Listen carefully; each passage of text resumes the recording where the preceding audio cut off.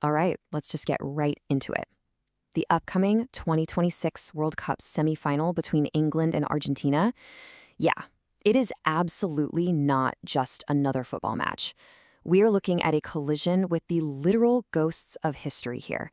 In this explainer, we're going to unpack the absolute mythology of a rivalry so deep and honestly so intense that it totally transcends the sport itself.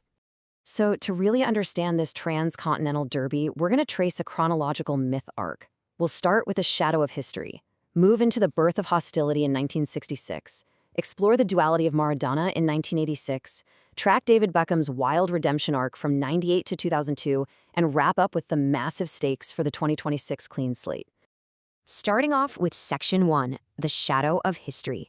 This is a rivalry forged way off the pitch. To truly grasp what's about to happen on the field, you have to acknowledge the compounding weight of history. These two heavyweights have clashed 5 previous times at the World Cup, stretching all the way from 1962 to 2002. And here's the thing. Every single meeting carries the immense, heavy baggage of the ones that came before it. It's so much more than a list of scores. It's the snowballing narrative of dominance, crazy standoffs, bitter controversy, and ultimate redemption. Now, the intensity on the pitch is directly fueled by some really deep historical undercurrents. The roots of this tension actually stretch all the way back to the 1806 and 1807 British invasions of Buenos Aires, which was followed up by a long period of 19th century British economic dominance in that region. But without a doubt, the most significant layer of emotional gravity was dropped right onto this fixture in 1982 with the Falklands or Malvinas War. That 10-week conflict in the South Atlantic fundamentally transformed this matchup. It turned it into a remarkably rare cross-continental derby, fueled by incredibly intense national pride. You know, this sentiment is captured so perfectly by the late former Argentina captain Roberto Perfumo. He famously said, in 1986, winning that game against England was enough. Winning the World Cup was secondary for us. Beating England was our real aim. Just let that sink in for a second. That tells you everything you need to know about the emotional stakes, right? Defeating the English became the ultimate prize, completely eclipsing the tournament itself. Moving on to Section 2, 1966, the birth of hostility, specifically the standoff at Wembley Stadium. This 1966 World Cup quarterfinal in London, this is the true origin story of the bitterness between these two footballing giants. It all kicks off when Argentine captain Antonio Ratin gets sent off for dissent. But here's the crazy part. It was largely a bizarre communication breakdown. The German referee didn't speak a word of Spanish, and Ratin spoke no German or English. Feeling completely cheated, Ratin demands an interpreter and literally refuses to leave the pitch. He famously plops himself right down in defiance on the Queen's red carpet. The English crowd went wild, pelting him with beer and chocolate bars during an 8-minute standoff.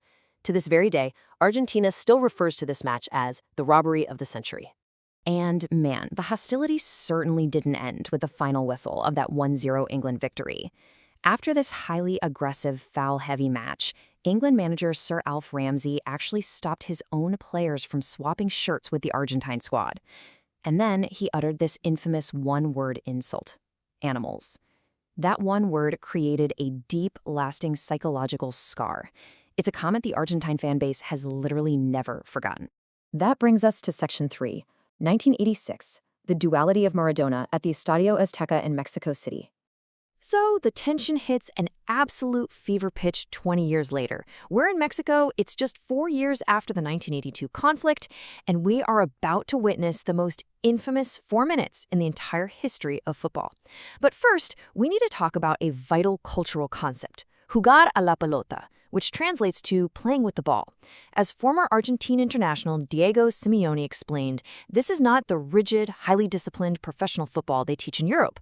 It's a street concept. It emphasizes dribbling, beating players, pure craftiness, and, well, showing off.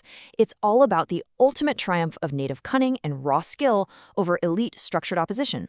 And out on the pitch, this cultural spirit manifested itself in 2 jaw-dropping goals scored just 4 minutes apart. They perfectly encapsulate the duality of Diego Maradona. First, you get the hand of God. Pure, unadulterated cunning and controversy. Maradona illegally punches the ball right past goalkeeper Peter Shilton. He actually later described this in his autobiography as a sort of symbolic revenge for the war. Then, literally moments later, he delivers the goal of the century. This was undisputed genius, an absolutely extraordinary 11-touch, 11-second mazy run past half the English team. It was the purest, most magical execution of jugar a la pelota imaginable. When reporters pressed him about that first, highly controversial goal, Maradona just offered this cheeky, now immortal admission. A little with the head of Maradona, a little with the hand of God. And boom. That single sentence cemented the match into absolute mythology. It left England feeling bitterly, deeply cheated, while Argentina about to celebrate a monumental cultural and sporting triumph. The rivalry was permanently set in stone right then and there. Now for Section 4, spanning 1998 to 2002, Beckham's redemption, a truly Shakespearean fall and rise.